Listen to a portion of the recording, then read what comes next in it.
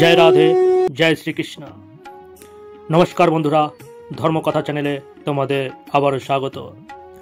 आजकेर विषय महाभारतेर पौराणिक किछु काहिनी, जे काहिनीते आमरा आजके जानबो जे युधिष्ठिर धर्म निष्ठ हয়েও ताके नरक दर्शन करते हয়েছিল, किन्तु अत्याचारी पापी दुर्योधन पापी हवा सत्त्वेও से किन्तु तार स्वर्गबास हয়েছিল। যা একটি অতি গুরুত্বপূর্ণ পৌরাণিক কাহিনী আপনাদের সামনে আমি তুলে ধরার চেষ্টা করব। এখানে অনেকের মনে প্রশ্ন আসবে যে পাপী হয়ে দুর্যোধন কিভাবে স্বর্গে বসবাস করলো, আর যেখানে ধর্মনিষ্ঠ যুধিষ্ঠির হয়েও নরক দর্শন তাকে করতে হলো কেন। এই বিষয়ে আপনাদের কাছে পরিষ্কার করে আমি তুলে ধরার চেষ্টা করব। আমরা সকলেই জানি যে মহাভারত যুদ্ধের পর পঞ্চপাণ্ডব সহ দ্রৌপদী স্বর্গ পদার্পণ করেন, স্বর্গতে যাবার জন্য চেষ্টা করেন, এবং সেই স্বর্গে যাওয়ার সঙ্গে সঙ্গে দ্রৌপদী সহ পঞ্চপাণ্ডবের মধ্যে চতুর্পাণ্ডবী কিন্তু স্বর্গে যেতে পারেনি বা পৌঁছাতে পারেনি। তারা কোনো না কোনো অবস্থাতে তারা মারা গিয়েছিল, শুধুমাত্র যুধিষ্ঠির স্বর্গতে পৌঁছতে পেরেছিল। এবং সেখানে গিয়ে যুধিষ্ঠির কী দর্শন করলো এবং তার যে অনুভূতি, সেই কাহিনী আপনাদের সামনে আমি পরিষ্কার করার চেষ্টা করব। স্বর্গে পৌঁছাবার পরে রাজা যুধিষ্ঠির দেখলেন দুর্যোধন সমৃদ্ধ এবং একটি চমৎকার আসনে উপবিষ্ট। তিনি সূর্যের মতো উজ্জ্বল এবং বীরদের জন্য গৌরবের সমস্ত লক্ষণ ধারণ করে আছেন, এবং তিনি উজ্জ্বল তেজ ও ধার্মিক কর্মের সাধকদের অনেক দেবতাদের সাথে তিনি ছিলেন। দুর্যোধন এবং তার সমৃদ্ধি দেখে যুধিষ্ঠির হঠাৎ ক্রোধে পুরোপুরি পরিপূর্ণ হয়ে গেলেন এবং দৃষ্টি থেকে মুখ ফিরিয়ে নিলেন। কারণ এত অত্যাচারী, এত দুর্বৃত্ত দুর্যোধন কি করে সে স্বর্গে বসবাস করতে পারে, তার মনে এই প্রশ্ন এলো এবং তিনি ক্রোধান্বিত হলেন। তিনি তার সঙ্গীদের উদ্দেশ্যে উচ্চস্বরে বললেন, আমি দুর্যোধনের সাথে সৌভাগ্যের রাজ্য ভাগ করে নিতে চাই না। অর্থাৎ তিনি এই স্বর্গরাজ্য ভাগ করে নিতে চান না। যিনি কমদীপন্যায় কলঙ্কিত এবং স্বল্প দূরদর্শিতার অধিকারী ছিলেন, এবং তার জন্যই সমগ্র পৃথিবীর বন্ধু বান্ধব আত্মীয় স্বজন আমি হত্যা করতে বাধ্য হয়েছি, এবং তিনি গভীরভাবে অত্যন্ত কষ্ট পেয়েছিলেন। তার জন্যই পাঞ্চালের গুণী রাজকন্যা আমাদের স্ত্রী দ্রৌপদীকে আমাদের সকল প্রবীণদের সামনে সমাবেশের মাঝখানে তাকে টেনে নিয়ে গিয়ে অপমান এবং দেহা অবমানিত করা হয়। হে দেবতাগণ, আমার দুর্যোধনকে দেখার কোনো ইচ্ছা নেই। আমি যেখানে যেতে চাই সেখানে আমাকে যেতে দিন, যেখানে আমার ভাইরা আছে আমি সেখানে যেতে চাই। সেই সময় নারদ হেসে তাকে বললেন, এটা হওয়া উচিত নয় যুধিষ্ঠির। স্বর্গে থাকাকালীন সমস্ত শত্রুতা বন্ধ হয়ে যায়। রাজা দুর্যোধন সম্পর্কে এমন বলো না। আমার কথা শোনো, এই রাজা দুর্যোধন দেবতাদের সাথে সেই ধার্মিক ব্যক্তিরা এবং সেই সব শ্রেষ্ঠ রাজারা যারা এখনো স্বর্গবাসী, তারা তাকে পূজা করছে। যুদ্ধের আগুন তার দেহ ঢালার মাধ্যমে তিনি বীরদের জন্য এই অঞ্চল অর্জনের লক্ষ্য এবং অর্জন করেছেন। তুমি এবং তোমার ভাইয়েরা যারা পৃথিবীতে প্রকৃত দেবতা ছিলে, সর্বদা এই ব্যক্তির দ্বারা নির্যাতিত হয়েছ। তবুও ক্ষত্রিয় রীতি পালনের জন্য তিনি এই অঞ্চলে পৌঁছেছেন। পৃথিবীর এই অধিপত্য ভয়ে ভরা পরিস্থিতিতে ভীত হননি তিনি। পুত্র পাশা খেলার কারণে তোমার উপর যে দুর্দশা নেমে এসেছে তা মনে রাখা উচিত নয়। দ্রৌপদীর যে দুর্দশা হয়েছিল তা মনে রাখাও তোমার উচিত নয়। তোমার আত্মীয়দের কর্মের ফলে তোমার যে দুর্দশা হয়েছিল তাও মনে রাখা উচিত নয়। যুদ্ধের কারণে বা অন্য পরিস্থিতিতে ভদ্র আচরণের নিয়ম অনুসারে এখন দুর্যোধনের সাথে দেখা করা এটাই স্বর্গ যুধিষ্ঠির। এখানে কোনো শত্রুতা থাকতে পারে না।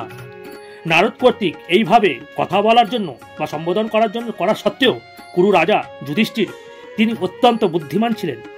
তার ভাইদের সম্পর্কে জিজ্ঞাসা করেছিলেন এবং বলেছিলেন, যদি এই চিরন্তন অঞ্চলগুলি দুর্যোধনের মতো বীরদের জন্য সংরক্ষিত থাকে, সেই অধর্মী পাপী মানুষ, সেই মানুষ যিনি বন্ধু এবং সমগ্র বিশ্বের ধ্বংসকারী, এবং সেই মানুষ যার জন্য সমগ্র পৃথিবীর সমস্ত ঘোড়া হাতি মানুষের সাথে ধ্বংস হয়ে গিয়েছিল, যার জন্য হয়েছিল, সেই দুষ্টু মানুষ যার জন্য আমার এবং আমাদের অন্যায়ের প্রতিকার কিভাবে করব, এই চিন্তায় ক্রোধে দগ্ধ হয়েছিলাম। আমি দেখতে চাই যে সেই উচ্চ অভিলাষী বীররা, আমার উচ্চ প্রতিজ্ঞার ভাই, প্রতিশ্রুতি অবচল সাধক, বাক্যে সত্যবাদী এবং সাহসের জন্য বিশিষ্ট কোন অঞ্চল অর্জন করছে বা কোন অঞ্চলে তারা আছে। উচ্চাভিলাষী কর্ণ, কুন্তির পুত্র যুদ্ধে বিভ্রান্ত হয়ে অক্ষম দৃষ্টদ্যম্নু, সাত্যকী, দৃষ্টদ্যুম্নের পুত্র এবং অন্যান্য ক্ষত্রিয় যারা ক্ষত্রিয় রীতি পালনের জন্য মৃত্যুর মুখোমুখি হয়েছিল, এবং পৃথিবীর সেই প্রভুরা কোথায়? আমি তাদের দেখতে চাই, তাদের আমি দেখতে পাচ্ছি না কেন? এই নাও নারদ এবং আমি বিরাট, ধ্রুপদ, ধৃষ্টকেতু ও নেতৃত্ব অন্যান্য মহান ক্ষত্রিয়দের এবং দ্রৌপদীর পুত্র পাঞ্চাল রাজপুত্র শিখণ্ডী এবং অভিমন্যুকে যুদ্ধে অপ্রতিরোধ দেখতে চাই।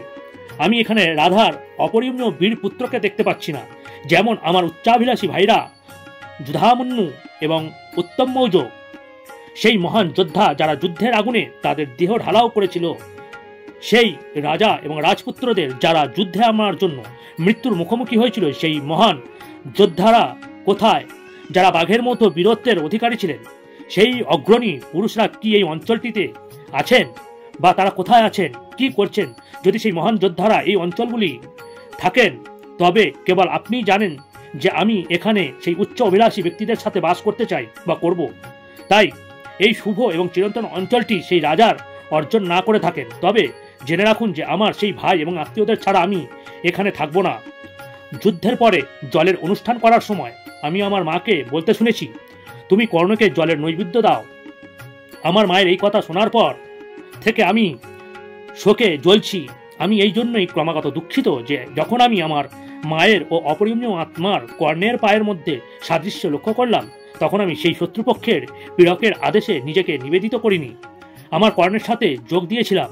ইন্দ্র নিজে যুদ্ধে পরাজিত করতে পারতেন না সেই সূর্যপুত্রকে, সেই সূর্যের সেই সন্তান যেখানেই থাকুক না কেন আমি তাকে দেখতে চাই। আমাদের সাথে তার সম্পর্ক অজানা থাকায় আমি তাকে অর্জুনের হাতে হত্যা করেছিলাম। ভীম ভয়ানক ভয়ানক বীরত্বের অধিকারী এবং আমার প্রাণের চেয়েও প্রিয় আমার ভাই অর্জুন ইন্দ্রের মতো যমজ সন্তানের, যারা পরাক্রমের দিক থেকে ধ্বংসকারীর মতোই ছিল। আমি দেখতে চাই, আমি পাঞ্চালের রাজকন্যাকে দেখতে চাই, যার আচরণ সর্বদা ন্যায়পরায়ণ ছিল। আমি এখান থেকে তাদের দেখতে চাই। আমি তোমাকে সত্য বলছি, যদি আমি আমার ভাইদের থেকে বিচ্ছিন্ন হই, তাহলে আমার কাছে স্বর্গ কি আর নরক কি আমি জানি না। আমার সেই স্বর্গ যেখানে আমার ভাইরা আছে, আমার মতে ওটিই স্বর্গ। দেবতারা বললেন, যদি তুমি সেখানে থাকতে চাও তাহলে দেরি না করে চলে যাও। দেবতার প্রধানের আদেশে আমরা তোমার সম্মত তা করতে প্রস্তুত করছি। এই কথা বলে দেবতারা স্বর্গদূতকে আদেশ দিলেন যুধিষ্ঠিরকে তার বন্ধু এবং আত্মীয়দের দেখা করতে নিয়ে যাওয়ার জন্য। তারপর রাজকীয় যুধিষ্ঠির স্বর্গদূত একসাথে সেই স্থানে চলে গেলেন এবং সেখানে যুধিষ্ঠির যাদের দেখতে চেয়েছিলেন সেই সব প্রধান ব্যক্তিরা ছিলেন। স্বর্গদূত প্রথমে এগিয়ে গেলেন এবং পেছনে পেছনে যুধিষ্ঠির গেলেন। পথটি ছিল অশুভ, কঠিন, পাপী কর্মের লোকেদের দ্বারা পদদলিত। এটি ঘন অন্ধকার আবৃত ছিল। চুল এবং শ্যাওলা দিয়ে এর ঘাসযুক্ত পোশাক তৈরি হয়েছিল। পাপীদের দুর্গন্ধে দূষিত মাংস এবং রক্তে কাদা, এটি মাছি ও দংশনকারী মৌমাছি মশা দ্বারা পরিপূর্ণ ছিল সেই জায়গা, এবং ভয়াবহ ভালুকের আক্রমণের দ্বারা বিপন্ন ছিল। পচা মৃতদেহ যেখানে সেখানে পড়েছিল। হাড় এবং চুলে ছড়িয়ে থাকা এটি কীট এবং পোকামাকড় দ্বারা সশব্দ ছিল। এটি একটি জ্বলন্ত আগুনের সাথে ঘেরা ছিল। এটি কাক ও অন্যান্য পাখি শকুনের দ্বারা আক্রান্ত ছিল, যাদের সকলের ঠোঁট ছিল লোহার মতো সূচের মতো লম্বা মুখবিশিষ্ট, যারা নাকি মৃতদেহ ভক্ষণ করছিল। অশুভ আত্মারা এটিকে আক্রমণ করছিল। বিন্ধ্য পর্বতের মতো দুর্গম স্থানে এটি প্রচুর পরিমাণে ছড়িয়ে ছিটিয়েছিল। মানুষের মৃতদেহগুলি এর একের অপরে ছড়িয়ে ছিটিয়ে পড়েছিল। চর্বি রক্তে মাখামাখি ছিল। হাত উড়ু কেটে ফেলা হয়েছিল অথবা নাড়িভুড়িগুলো ছিঁড়ে ফেলা হয়েছিল, পা কেটে ফেলা হয়েছিল। মৃতদেহের দুর্গন্ধ ও অন্যান্য ঘটনার ভয়াবহতার কারণে এতটাই অপ্রীতিকর পথ ছিল যেন মনে হচ্ছিল সেটি সাক্ষাৎ নরক। এবং ধার্মিক প্রাণ রাজা অর্থাৎ যুধিষ্ঠির নানা চিন্তায় ভরা সেই পথ দিয়ে আস্তে আস্তে এগিয়ে গেলেন। তিনি ফুটন্ত জল ভরা একটি নদী দেখতে পেলেন, যা পার হওয়া অত্যন্ত কঠিন, এবং ধারালো তরবারি এবং খুর দিয়ে তৈরি গাছের বনও দেখতে পেলেন তিনি, যাকে অশিবনপত্র বলা হয়।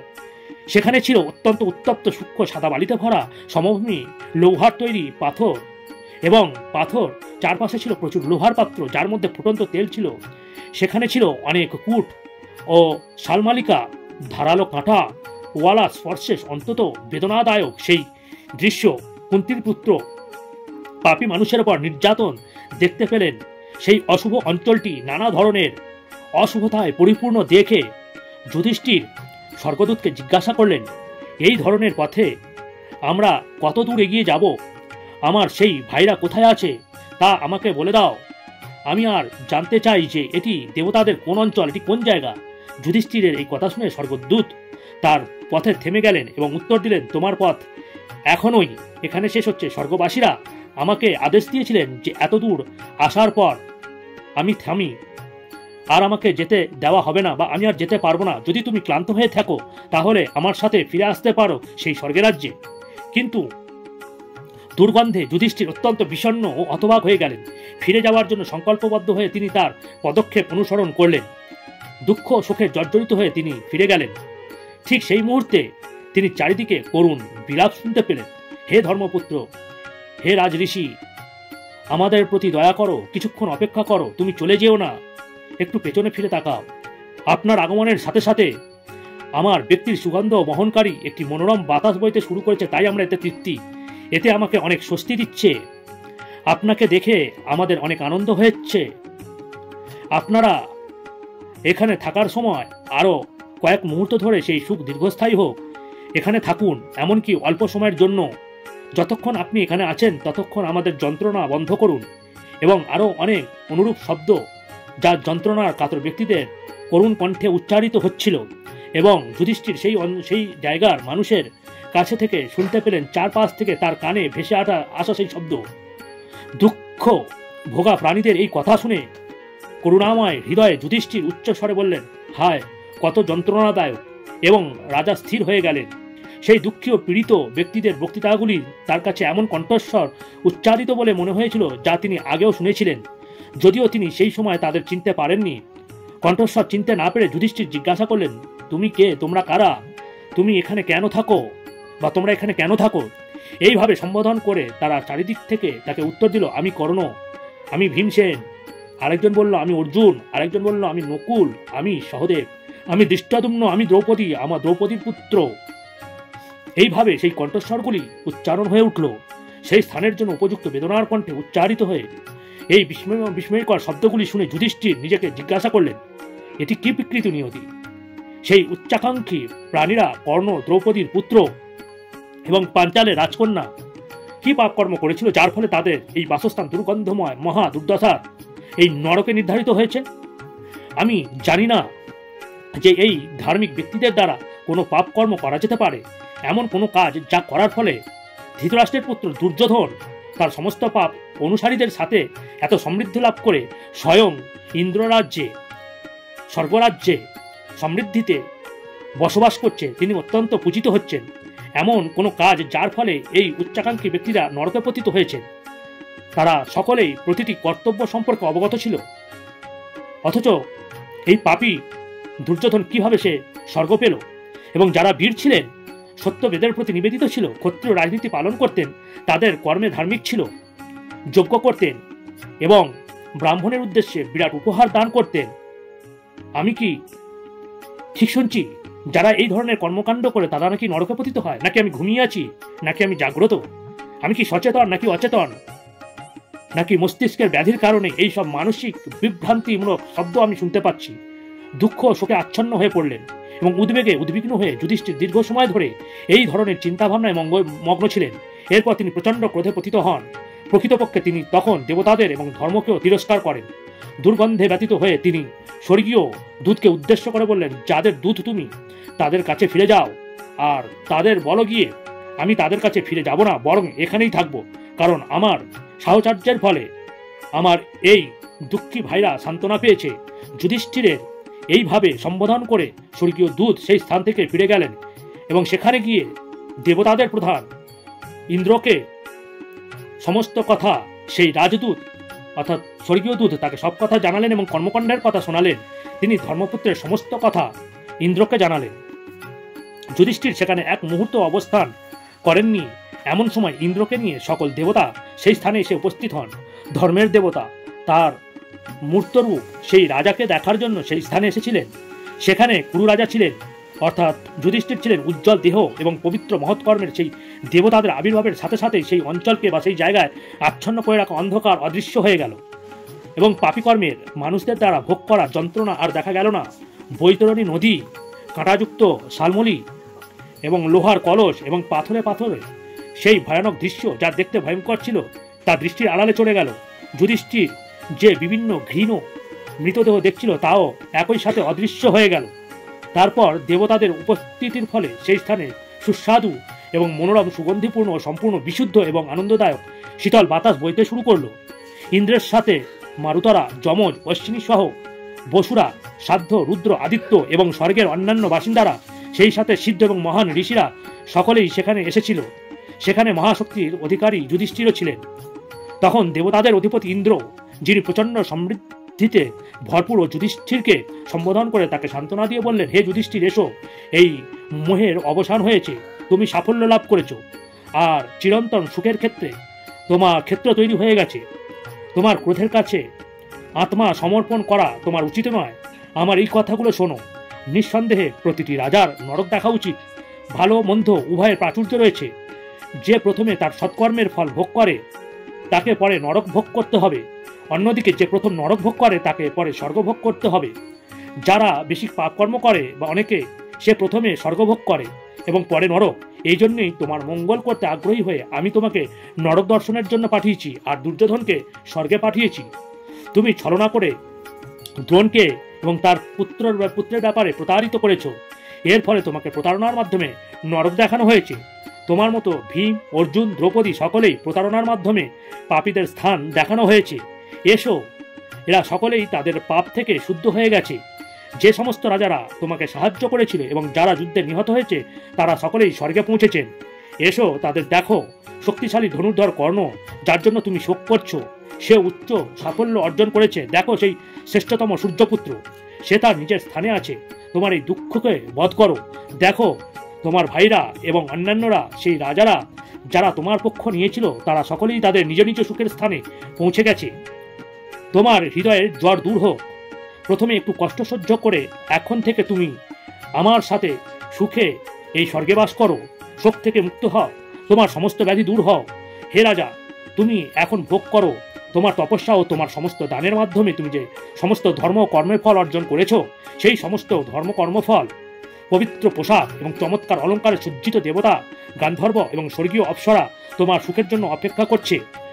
তোমার সেবা করুক। তুমি এখন থেকে সেই সুখের ক্ষেত্রগুলি উপভোগ করো যা তোমার হয়ে উঠেছে। তোমার দ্বারা কৃত রাজসূয় যজ্ঞ এবং তোমার দ্বারা ব্যবহৃত যজ্ঞের দ্বারা যারা আনন্দ বৃদ্ধি পেয়েছে, তোমার তপস্যার উচ্চফল তুমি উপভোগ করো। হে যুধিষ্ঠির, তোমার অঞ্চল রাজাদের অঞ্চলের ওপরে তারা হরিশ্চন্দ্রের সম্মান। এসো এবং এখানে আনন্দ ক্রিয়া করো।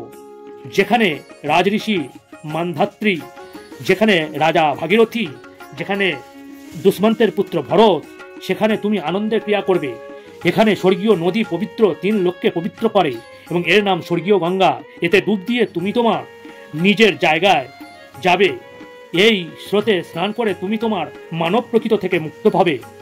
প্রকৃতপক্ষে তোমার দুঃখ দূর হয়ে গেছে, তোমার ব্যাধি জয় হয়েছে, তুমি সমস্ত শত্রু থেকে মুক্ত হয়েছ। যখন দেবতাদের প্রধান তার দেহাবয়বে ধর্মের দেবতা ও যুধিষ্ঠিরকে এই কথা বলেছিলেন, তখন তিনি তার পুত্রকে সম্বোধন করে বললেন, হে রাজা, তোমার প্রতি ভক্তি ও তোমার বাক্যের সততা, ক্ষমা ও আত্মসংযম যারা আমি তোমার উপর অত্যন্ত সন্তুষ্ট হয়েছি। এটি তোমার তৃতীয় পরীক্ষা যা আমি তোমাকে চেয়েছি। তুমি তোমার স্বভাব ও যুক্তি থেকে বিচ্যুত হতে অক্ষম। এর আগে যখন তুমি 2টি অগ্নিকুণ্ড উদ্ধারের জন্য সেই হ্রদে মা ও ভাইরা পড়ে গিয়েছিল, তখন আমি আবার তোমাকে পরীক্ষা করেছিলাম। এটি ছিল তোমার তৃতীয় পরীক্ষা। তুমি তোমার ভাইদের জন্য নরকে থাকার ইচ্ছা প্রকাশ করেছ। তুমি শুদ্ধ হয়েছ। পাপ থেকে পবিত্র হয়ে সুখী হও। তোমার ভাইরা নরকের যোগ্য ছিল না।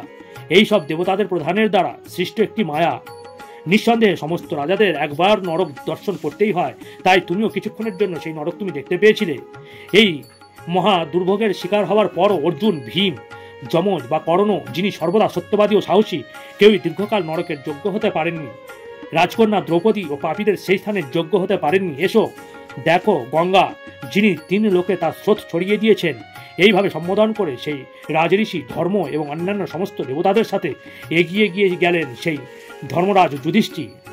অতএব বন্ধুরা, এখানে পরিষ্কার হলো যে পাপীদের সময় মতো তাদের স্বর্গবাস হলেও তারা কিন্তু পরে নরকবাস করে, কিন্তু পুণ্যবান ব্যক্তি তাদের অবশ্যই স্বর্গবাস হয় এবং তাদের কিছু কর্মফলের জন্য তাদের নরক দর্শন করতে হয়, যা আমরা এই গল্প থেকে যুধিষ্ঠির ও দুর্যোধনের কর্মকাণ্ডের চরিত্র থেকে আমরা পেয়ে থাকি। তাই বন্ধুরা, আজকের মতো এতটাই।